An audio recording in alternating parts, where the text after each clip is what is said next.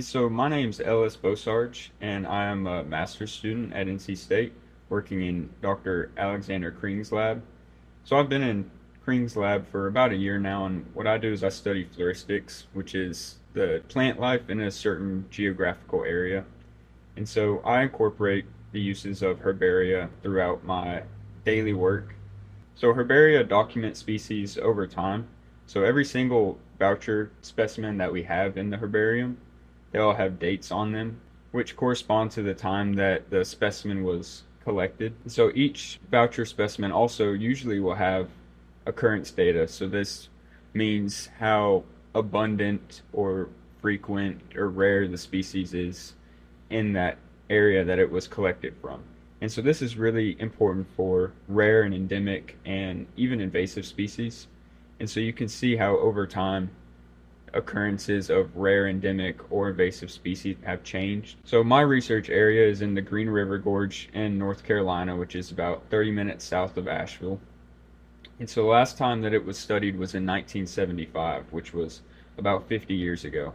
And so what I have done is I have pulled together a list of 600 to 700 species all across different herbaria that were in my research area, and I've verified that they were all identified correctly. What I'm seeing is that occurrences have been changing over time, whether this be from climate change, invasive species, different management strategies, or even natural disasters such as Hurricane Helene.